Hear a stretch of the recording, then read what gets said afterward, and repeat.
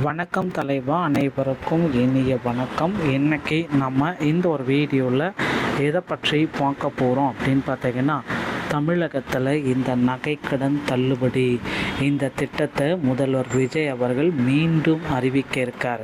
So எல்லோருமே எதிர்பார்த்த இந்த நகைக்கடன் தள்ளுபடி இப்படி ஒரு திட்டம் முதல்வர் விஜய் அவர்கள் அவருடைய பிறந்த நாள் அன்னைக்கு இதை வெளியிட இருக்கிறதாக தகவல்கள் நமக்கு வந்திருக்கு. ஸோ கிட்டத்தட்ட 18,000 கோடி இந்த தொகுப்பானது தமிழகத்தில் அமையவிருக்கும். புதிய ஆட்சியின் அடிப்படையில் நகைக்கடன் தள்ளுபடி வழங்கப்பட மாட்டாதான். விஜயோடைய பிறந்த நாளுக்கு பார்த்தீங்கன்னா, முதல்வர் விஜயோடைய பிறந்த நாளுக்கு நகைக்கடன் தள்ளுபடி அப்படின்ற மாபெரும் அறிவிப்பை விஜய் வெளியிட இருக்கிறதாக அரசியல் வட்டார தகவல்கள் நமக்கு தெரிவிக்கப்படுகிறது. சுமார் 18,000 கோடி ரூபாய்க்கு உண்டான நகைக்கடன் தள்ளுபடியை வழங்கலாம் அப்படின்ற மாதிரி எதிர்பார்ப்புகள் எகிரி கொண்டிருக்கிறதுங்க. ஸோ நாளுக்கு நாள் இதோடைய எதிர்பார்ப்புகள் அதிகமாக இருக்குது. திட்டத்தினுடைய பிரம்மாண்டம் 2026ஆம் ஆண்டு புதிய ஆட்சியில் புதிய முதல்வர் தலைமையிலான தொலைநோக்கு பார்வை ஆரம்பமாயிடுச்சு. இந்த திட்டத்தில் முதல்வர் விஜய் அவர்கள் கிட்டத்தட்ட 18,000 கோடி ரூபாய் அளவில் நகைக்கடன் தள்ளுபடியை வழங்க இருக்காரு மக்களுக்கு. ஸோ கிட்டத்தட்ட ஸ்டார்டிங் பார்த்திங்கன்னா 3-5 சவரன் வரைக்கும் நகைக்கடன் தள்ளுபடியை முழுமையாக கொடுக்கலாம் அப்படின்றது எதிர்பார்க்கப்படுகிறது. 13,000 18,000 கோடி வரை கூட்டுறவு வங்கிகள் நிலுவையில் உள்ள கடன்களை விடுவிப்பதற்கான உத்தேச நிதி ஒதுக்கீடு செஞ்சுருக்காங்க. கிராமப்புற மற்றும் நடுத்தர குடும்பங்களை வறுமை கோட்டிற்கு கீழே உள்ளவங்களுக்கு நேரடியாக முன்னுரிமை கொடுக்கலாம்.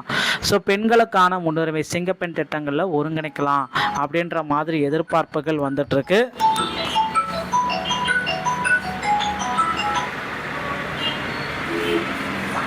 மேலும் மகளிர் உரிமை தொகை, சுய உதவி குழு நகை கடன்கள். ஸோ மகளிர் உரிமை தொகை 2,500 மாற்றப்படும். சுய உதவி குழுக்களுடைய கடன்கள் தள்ளுபடிப்படப்படும். கல்வி கடன்கள் தள்ளுபடி, நகை கடன்கள், குடும்பத்தின் அவசர தேவைக்காக வைக்கப்பட்ட நகை கடன்கள் அனைத்துமே தள்ளுபடி செய்யப்படும் அப்படின்ற மாதிரி எதிர்பார்ப்புகள் எகிரி கொண்டிருக்கிறது. ஸோ கடந்த காலத்தில் மக்கள் எதிர்பார்த்தது இப்போ நடக்குமா அப்படின்றது தான் என்ன அப்படின்றது மக்களுக்கே இன்னும் புரியாமல் இருக்குது. ஸோ NPHH, PHH, AAY இந்த 3 வகையான ரேஷன் அட்டைதாரர்களுக்கு கண்டிப்பாக தள்ளுபடி அப்படின்றது இருக்கணும். குழுக்கள் அமைப்பு, ஒவ்வொரு குழுவும் வங்கியில் ஆவணங்களை சரிபார்க்கமாக செயல்படும். ரேஷன் கார்டு சரிபார்ப்பு, குடும்பத்தில் எத்தனை நபர்கள் உள்ளன, எத்தனை ரேஷன் கார்டுகள் கணக்கெடுப்பாங்க. ஆதார் இணைப்பு, கணவன் மனைவி இருவரின் ஆதார் எண்களை உள்ளிட்டு அனைத்து கூட்டுறவு வங்கிகளிலும் ஒட்டுமொத்த கடன்கள் தேடப்படும். இறுதி பட்டியல், கடன்களின் வகை, தொகை, பெற்ற தேதி, கணக்கு எண் சரிபார்க்கப்பட்டு இறுதி தள்ளுபடி கணினியில் பதிவேற்றப்படும். ஸோ இதை பேஸ் பண்ணி தாங்க இவங்களுக்கு தள்ளுபடி கொடுக்கலாமா வேண்டாமா அப்படின்ற மாதிரி எதிர்பார்க்கப்படுகிறது.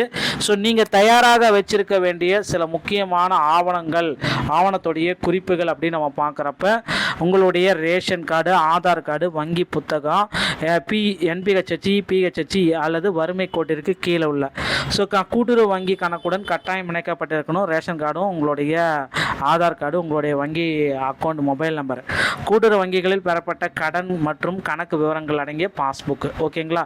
ஸோ இது எல்லாமே இருக்கிற மாதிரி செக் பண்ணுவாங்க. தணிக்கை குழு பார்த்திங்கன்னா எவ்வாறு பட்டியலை தயார் செய்கிறதுனா, குழு அமைச்சிருக்காங்க. வங்கி விரிவான ஆய்வு, பட்டியல் தயாரிக்கப்படுறாங்க, டிஜிட்டலைஸ் பண்ணுறாங்க. ஸோ இதை பேஸ் பண்ணி தாங்க உங்களுக்கு எல்லாமே கடன்களின் வகைகளை பேஸ் பண்ணி தான் உங்களுக்கு முக்கிய கடன்கள் அறிவிப்புகள் எல்லாமே வெளியிட போகிறாங்க. ஸோ இப்போ நீங்கள் என்ன செய்ய வேண்டியது, ஒரு குடும்பம் அரசு எவ்வாறு கடன்களை கணக்கிடுது அப்படின்னு பார்த்தீங்கன்னா, கணவர் விவசாய கடன், மனைவி மகளிர் குழு கடன், நகைக்கடன், மகன் கல்வி கடன். ஸோ இப்படி பார்த்தீங்கன்னா ஒருங்கிணைந்த ஒரு குடும்பத்தில் இத்தனை கடன்கள். தனித்தனி நபர்கள் கடன் வாங்கியிருந்தாலும் ரேஷன் கார்டு அடிப்படையில் அனைவரும் ஒரே குடும்பமாகவே கருதப்படுவர். ஒரு குடும்பத்திற்கு வழங்கப்படும் அதிகபட்ச தள்ளுபடி என்ன அப்படின்ற உச்சவரம்பை ரெடி பண்ணுறாங்க. ஆதார் கண்காணிப்பு, தகவல்களை மறைப்பது சாத்தியமற்றது.